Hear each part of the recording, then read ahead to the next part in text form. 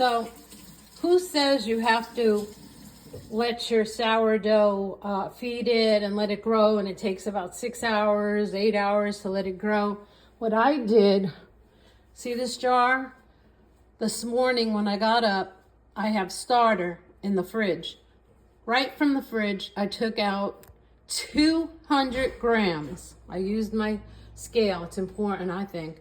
200 grams of starter I put in here, and then I put 400 grams of water, because why?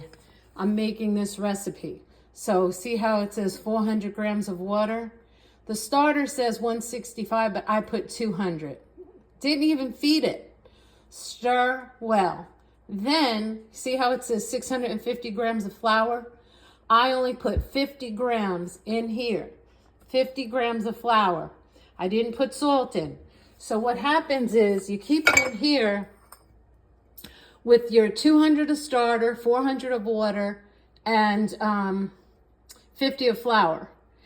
And you mix it. It's very liquid. And it's like a slurry that you're going to do. And just keep it in there for like a half hour, an hour.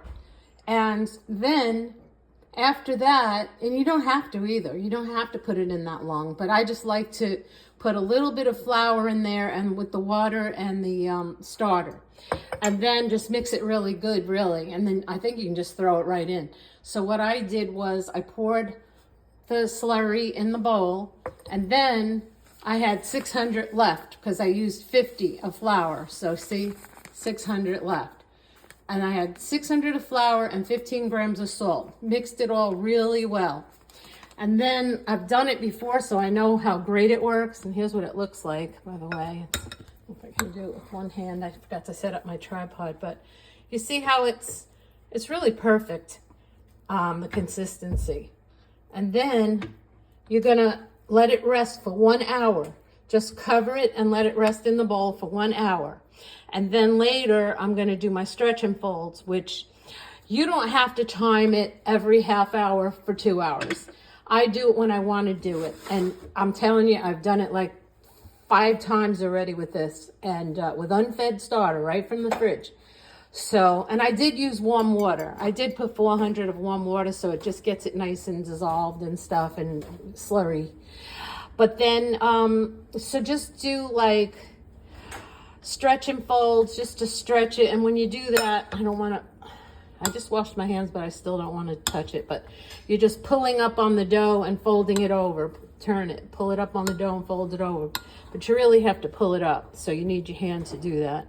I guess I'll show you one day how I do it, but yeah, it's like something like that, and fold it over. You can see so many videos of people doing that. So do it for 2 hours, and then just let it rest.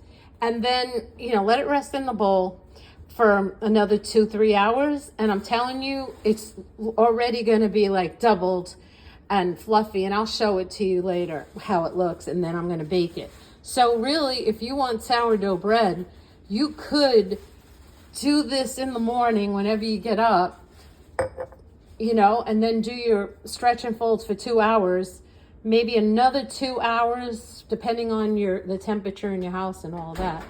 And you could pretty much have your bread that day, probably within like 6 hours. So give it a shot. I hope it works well for you. Any questions, let me know.